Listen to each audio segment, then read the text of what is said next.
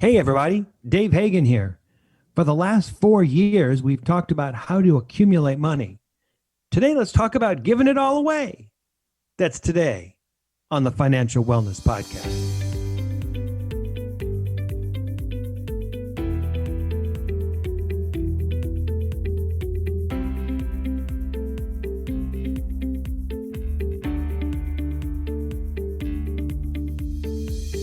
Welcome to the Financial Wellness Podcast, Dave's weekly message to keep you on your path to financial success. Here is your host, financial problem solver and talk show host, Dave Hagan. Hello, everybody, and welcome to this week's edition of the Financial Wellness Podcast, or TFWP, as we like to think about it. You are listening to episode 428. And today we're going to talk about considering charity or philanthropy. But before we do that, let me introduce our announcer, bring him on in. Hey, Nick, how you doing? David Hagan, how you doing, bud? Good to see you, man. You're coming to us from San Diego, California. After I took the bar. That's right. And you got this big beard from the bar. Good for you, huh? Oh, goodness. Do not put me on blast, please. Oh, I wish I could grow a beard that thick and full. Good for you. Good for you. Our engineer's in Bakersfield, California, and I'm coming to us from Oslo, Norway. What? Oh, anyway. Whoa. You're in Norway, Dave? I thought you were in Topanga. Yeah, I'm in Norway. Doesn't it sound like I'm in Norway?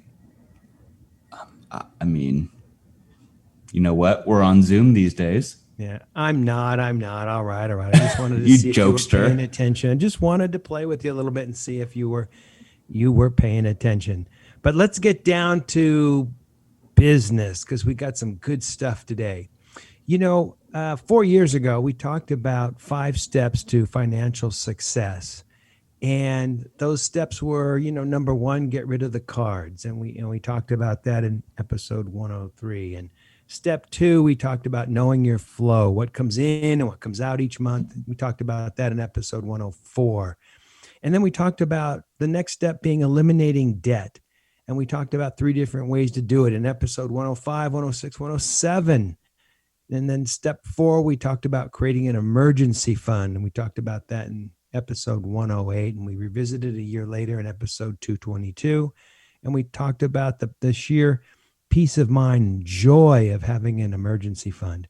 And then the 5th step to financial success, we talked about putting 15% into savings. And, back then we called it retirement, but now we've kind of evolved and we call it being financially independent. And then we said, hey, once you do these 5 things, you can do whatever you want, but you have a plan.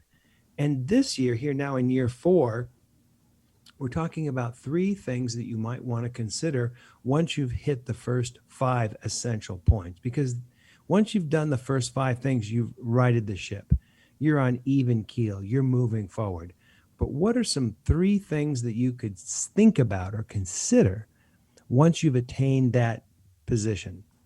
And the first one is, 2 weeks ago, we talked about consider housing, episode 426.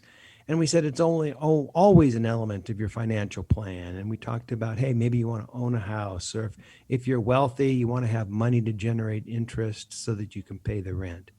Last week, we talked about considering education, and we talked about paying for your kids' education potentially and using money that's saved and compounded to pay for an education, rather than paying for it with a loan, which is what most Americans are doing these days. Even we talked about the fact, hey, maybe what you want to do is save some money for yourself in case you want some more education somewhere down the line. And we talked about the fact that we really dig the 529 plan as a really good vehicle to do that. Well, this is the 3rd thing I want to consider. This is the 3rd week in a row. And this week I want to talk about considering philanthropy. I want to think about charity. I want to think about giving your money away. Now, why would you want to do this? Here we've talked about 4 years about saving money, living a little under your means, capturing that money, putting that money in an account or a couple of accounts and letting it grow to your advantage. Why would you want to start giving it away? Well, I can think of a whole bunch of reasons. First and foremost, I think that charity or philanthropy is the capstone of your financial plan, of your wellness plan. You've got all your ducks in a row, and now you can start using that to give away, to help other people get their ducks in a row potentially. So I think that this is like the crowning event of a successful financial plan. Another reason No, why, Dave, let me yeah. ask you this. Does that mean that before I'm financially independent, I should be contributing to philanthropies? Well, it depends upon your point of view. It depends upon whether it's important to you. But I think so. I think that you can take these three things that we've talked about, and I think they're optional things, but I think that they're important things. And I think that most people are going to want to do these three things if they really start to think it through. I'm hoping that our listeners are now becoming very thoughtful, deliberate types of people financially. And this is something that they're going to want to do. Yeah, you want to make sure that you got the first five things completely put in place, completely on your way before you start thinking about the three optional things. But I don't think you need to say, well, I need 5 million in the bank before I start pursuing something in terms of philanthropy. So, I mean, that's my thinking on it. Another reason why you want to do it, hey, if you are past the first five steps, that means that you are doing pretty good. So why not give some back? Why not pay it forward? Why not share some with others? Another reason to do it, we talked about 4 or 5 weeks ago about how people that give away money experience more pleasure than those that actually receive gifts. I guess the old saying says it's better to give than to receive. Or maybe, maybe the saying is don't worry, give money. I don't know. But people seem to experience more pleasure in giving away money. Another reason to do it, it's great to help people in need. It's great if you can do it. It's important if you can do it, but it's wonderful to be able to help others in need. Another reason, hey, you get a tax deduction. Now, I think that that's overplayed. Everything that we talk about always has this overlay of, taxes kind of get a deduction as an advantage or this or that. But if you can get a tax deduction for doing the right thing, boom, that's just phenomenal. Another reason to do it, I think it brings more meaning to your life. If you're able to go out there and give money to causes that are important to you, and everybody's got different things that are important to them. But if you can put more meaning, you can put more financial oomph to an entity that you think is important, I think that brings more meaning to your life. Another reason to do it, you can promote generosity in your children. And I think that's a lesson you should teach your children by example. If you can teach your children, your heirs, to be generous, I think that enhances your legacy and enriches their lives as well. Another reason to do it, you motivate friends and family. I think it's a great thing when you're giving some money away and people say, hey, you say, hey, I'll match that donation. And that way you're able to multiply the impact of the kinds of charitable contributions that you're making. Dave, I love this idea. I'm actually going to contribute my time and work for the junior blind. And I actually met Stevie Wonder there, surprisingly. And I think it's a great cause. And I don't think of any better cause that I can contribute my time to. What do you think? A couple things. One, you're talking about the Foundation for the Junior Blind. Correct. Killer entity. I remember years ago we attended an event, and really, really powerful stuff, really meaningful stuff. And Exactly. And secondly, I think that you make an interesting point. We're talking about donating or contributing dollars, but there's also time, and people can contribute dollars or time. We're going to spend most of our time on this podcast talking about dollars, but time is also something that I think is a very important thing that you can contribute to, to charity. So another reason why you might want to consider charitable contributions is it focuses your attitude of gratitude. Now, you might remember back in episode 144, a long 3 years ago, pre-COVID, we were talking about an attitude of gratitude and how having that was actually to your benefit. So there's a way to get back on some of these charitable contributions. It actually enhances your life in addition to enhancing the lives of others. And finally, I think it's self regenerating. I think it's self refreshing. I remember a speaker that I was listening to probably 20 years ago, good friend of mine, was giving a talk in front of a bunch of lawyers. And this fellow was from a very well known prophet here in Southern California. And he was saying, look, I'm talking in front of a bunch of businessmen, but I got to tell you, you really should get involved in some kind of philanthropy because it is self regenerating, it is self motivating, it is self refreshing.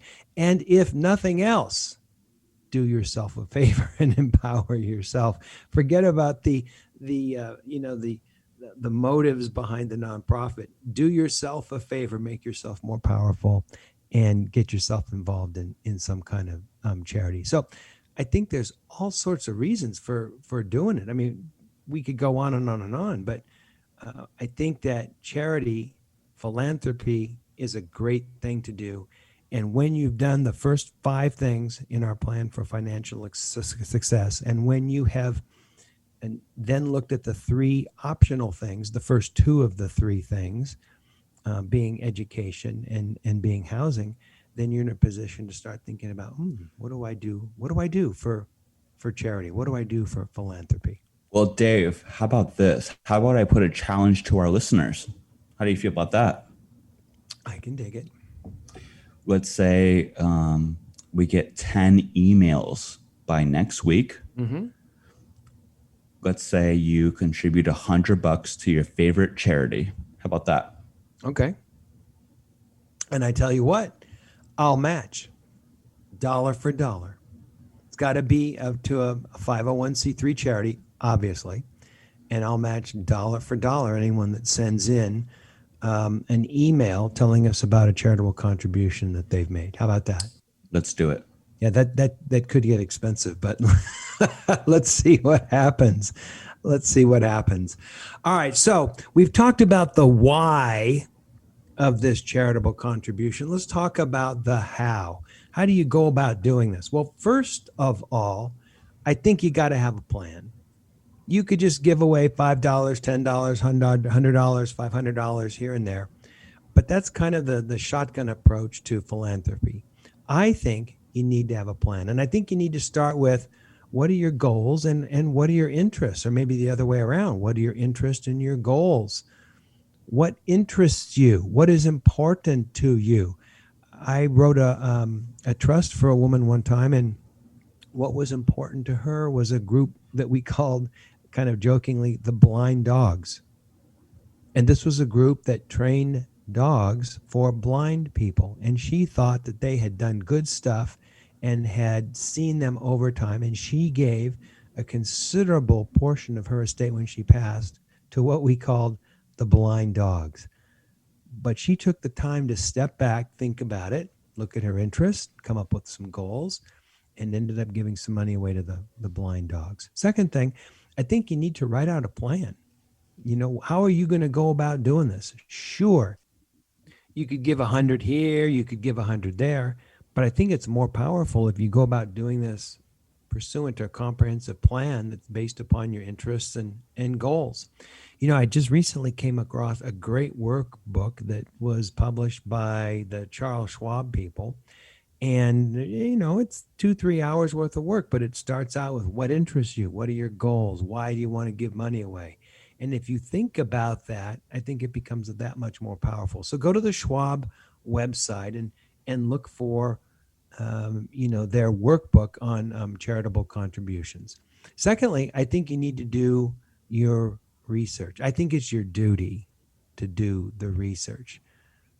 It's easy to just give some money, here and there again. But I think if you do your research, and if you're giving your money, if you're giving your after-tax dollars to some type of entity where you don't know the people personally, I think you owe it to yourself. You owe it to the organization to research the entity. And one of the things that you want to look at is what percentage of the money that they receive goes to their mission. The other side of that is what percentage goes to overhead.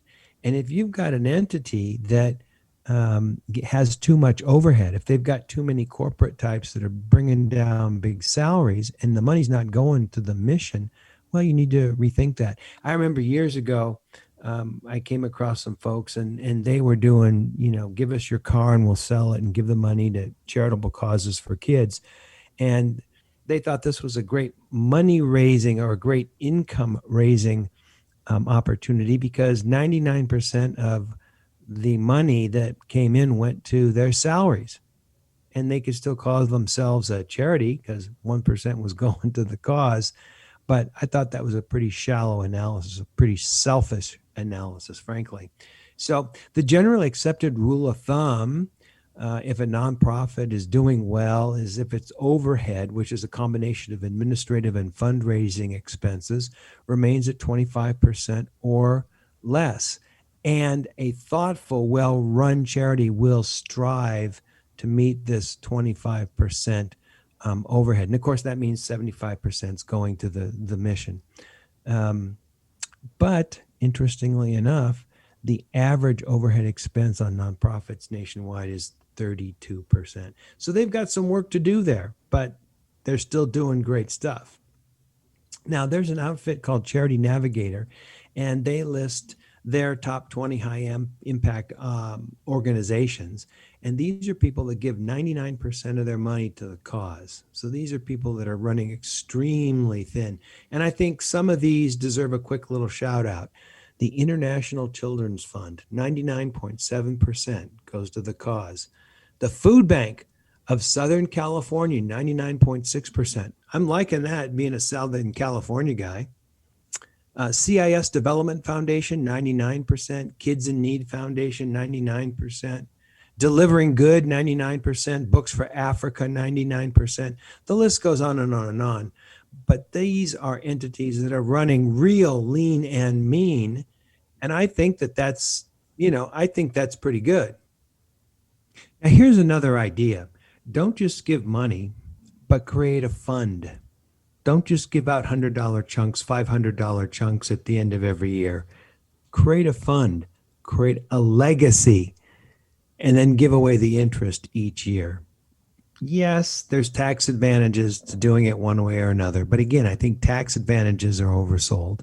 Here's the big takeaway from this week, it seems to me, besides the importance of some kind of charitable contribution. And that is a donor advised fund, DAF. This is key to me. So what you do is you go over to your local brokerage and you tell them you want to set up a donor advised fund. They give you a couple forms, you sign it. You put your money in there or some money in there, you make future contributions. You're parting with that money forever. Now you can invest that money. And you know how to invest it now. We've talked about ETFs, trying to get 10% over a long period of time. And that interest, that growth is free. So that means every year, if you decide to handle it this way, you could give away the interest, just the growth. You could trim just the growth off the corpus of this money and give it away forever. Think about that. You've got a fund with your name on it, or the I Like Trees fund, or whatever you want to call it. And the interest that it generates, you can give away forever. You could also delve into the corpus if you want, and the money will eventually run out. But if you leave the principal in there, if you contribute to it every year, if you let the interest accumulate, if you let it compound using Edison's wonder of the world, compound interest, then in some amount of years, you'll have a large sum in there, and the interest off of that you can give away forever. Let me give you an example. Let's say, for example, you build up some money over time in this fund, and now there's $1 million. Now it's going to take you some time to get $1 million in a donor advised fund. But if you're getting 10%, that fund's going to yield $100,000 a year that you and your heirs and your heirs and your heirs can give away to a nonprofit forever. Think about that. That's incredible. And I think this is a great tool for kids to teach kids about the importance of charitable contributions. In fact, one of the things that I thought would be cool would be to give a child a Christmas present that says, look, we're going to set aside $20,000, $10,000, $5,000 interest from this fund. And they don't need to know how much is in there, but there's this piece of interest, and you have to do the work of researching the charity, and you will get to give away that money. And what a great object lesson for a kid to have to do that research, to understand the power of compound interest, and to get involved in some charitable pursuits. Now, the good thing about this fund is that you can give it away to a different group every year. You can split it up every year. You can go wherever you want. It does have to be a tax-free charity, a 501c3 charity. But you can change it all the time. Another good thing about this concept, very low overhead. In fact, what's the overhead on a donor advised fund? Pretty much zero, because you are making the calls on the investments. Now, there are some limitations on the investments if you're the person making the shots, but basically no overhead, no overhead. Where do you set these up? You can set these up at any brokerage house, the Schwab, Fidelity, any of those people. You go in and say, I want a DAF, donor advised fund, and they'll help you set it up, sign a couple pages, and you're off to the races. You put money in there every year, you watch it grow from your investments, and then when it's to the amount that you want, every single year, you're able to give away the interest or any amount you want out of it forever. Well, unless the money's depleted, but basically forever. What a cool thing. What a cool legacy. What an opportunity to teach your kids. I think this is a great, great thing. Now, the other thing that's interesting is the money that's in there, because it's growing tax-free, is going to be a larger amount. But the year that you make the contribution, or the contributions that you make each year, are tax-free. So a good portion of the money that is in that account growing is money that might have otherwise been spent by the government, because, they spend their money so wisely. Why not take some of that money and put it towards a nonprofit, put it towards a charity that you would like? It makes such total sense. But you got to do it pursuant to a plan. You got to do it pursuant to a long-term plan. But what a great thing to leave behind to your kids and your kids' kids and kids' kids' kids, et cetera, et cetera, et cetera. Now, here's another thought. The year that you make the contribution, you get the deduction. So if you have a year where you have a particularly high income, maybe you got a bonus, or maybe some other event happened where you got a large amount of income, what you contribute to your donor advised fund will be paid for half by the government if you're in a 50% tax bracket, state and federal. So now you've got the government paying for the other part of that too, and helping you to create your legacy. That seems to me like it's kind of a win-win situation. Now, if you do this and you're giving away money to entities, they start to take notice, and they may invite you to special things, special events. They may want to introduce you to other special donors, et cetera, et cetera. And that's all very nice, and it's great for your ego, but it can also be, it can be kind of embarrassing too. So you have to think about how much you want to be public or private with that. But Dave, shouldn't you give that in private, like in secret? Well, I think it varies from person to person. My rule of thumb is, I don't think it should be done in secret, but I think it should be done quietly. I've been in circumstances where I've seen people stand up in groups and announce their charitable benevolence and their willingness to do good works. And I don't know, I'm not comfortable with that. I've also seen people that go to great efforts to hide their name. Big secret, don't tell anybody. And I don't know if that's necessary, you know. I mean, it's not a secret, but my mama always taught me to do good works in private. So Well, I think it's a good idea to do it quietly. That's my personal opinion. well, Dave, what about an annuity? Well, you know, I think an annuity is a good opportunity to, well, as everybody knows, an annuity is a contract with a company, an insurance company typically, to pay a certain amount of money every month if you make a big payment up front. And I think that that's good. I like that. But I also think that it's not quite as flexible, especially if the charity kind of morphs or changes over the years. So I'm not as fond of that. I like being able to make those contributions every year. I like the thought of almost being pestered by the need to make those decisions and those contributions every year. And I think that that's a better way to go. So that's my opinion. That's my opinion. All right. Well, let's wrap this up a little bit. We've talked about a lot of stuff.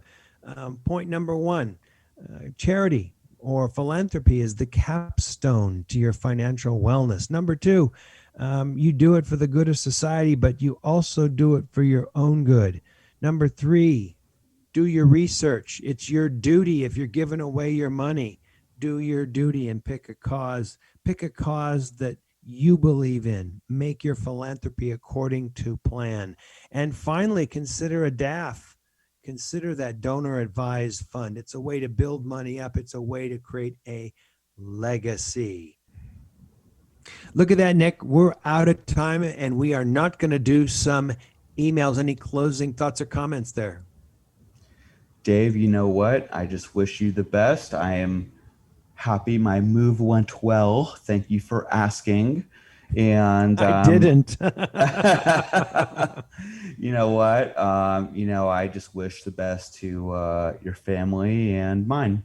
All right. Sounds good. Hey, next week, tune in because we're going to talk about another episode that we're working on. We are going to talk about some career tips while you're working at home. So tune in next week. Check it out. This is Dave Hagan, and you've been listening to the Financial Wellness Podcast. You've been listening to the Financial Wellness Podcast, Dave's weekly message to keep you on your path to financial success. If you have a question that you would like Dave to answer on the podcast, go to thefinancialwellnesspodcast.com. You can leave an audio message with one click of a button or type your message into the question box. Either way, it's sent right to Dave's phone. Don't forget to subscribe to the podcast so you receive the new episode notifications. Let's listen in now as Dave answers some emails.